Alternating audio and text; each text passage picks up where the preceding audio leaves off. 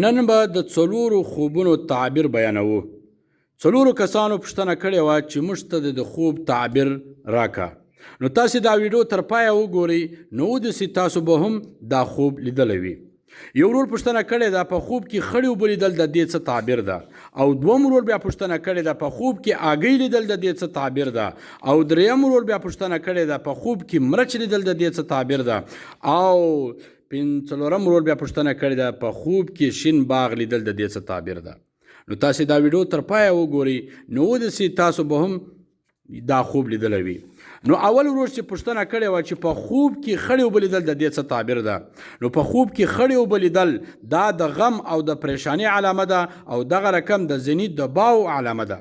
او بل تعبیر دا ده چې په خوب کې خړې اوبه لیدل دا د انسان و سرمایې ته، یعنی د مال و دولت ته حرام مشکوک مال ورګډ سوی ده. یعنی څوک دغه په خوب کې خړې اوبه وویني، نو د ده و مال ته و دولت ته د حرام او مشکوک مال ورګډېدل علامه ده.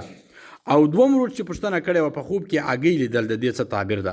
په خوب کې ډېرې اګۍ لیدل دا په معنا د ډېر اولاد یا د خاندان زیاتوالي علامه ده.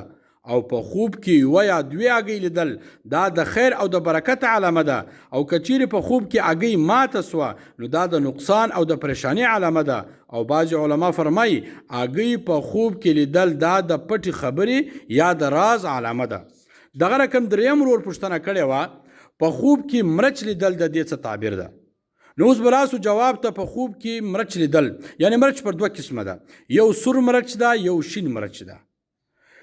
په خوب کې سور مرچ لیدل، سره مرچ لیدل دا د غصې او د جګړې علامه ده. او په خوب کې شین مرچ لیدل دا د خیر او د برکت او د روزي علامه ده. اوس به راسو څلورم ورور ته چې هغه پوښتنه کړې وه په خوب کې شین باغ لیدل د دې څه تعبیر ده. دی وایي ما خوب لیدی زه په شین باغ کې ګرځېدم. دا شین باغ په خوب کې لیدل د دې څه تعبیر ده. نو اوس به راسو جواب ته. په خوب کې شین باغ لیدل دا د خوشحالي او د ژوند د برکت علامه ده. الله جل جلاله به پر تا باندې خوشحالي راولي. که یو ځوان یا پیغلې شین باغ په خوب کې وویني، نو دا د ښه واده په معنا ده. دوی به سم ځای واده وکړي. که یو ځوان وي واده یې نه کړی شین باغ په خوب کې وویني، یا یو نجلۍ یې شین باغ په خوب کې وویني واده یې نه کړی، نو دا د ښه واده په معنا ده. شین باغ د انسان د نیکو اعمالو او د هغه د تقوا علامه ده. او که چیرې څوک په خوب کې شین باغ وویني او په هغه کې میوې وویني، نو دا د نیک اولاد د پیدا کېدو علامه ده.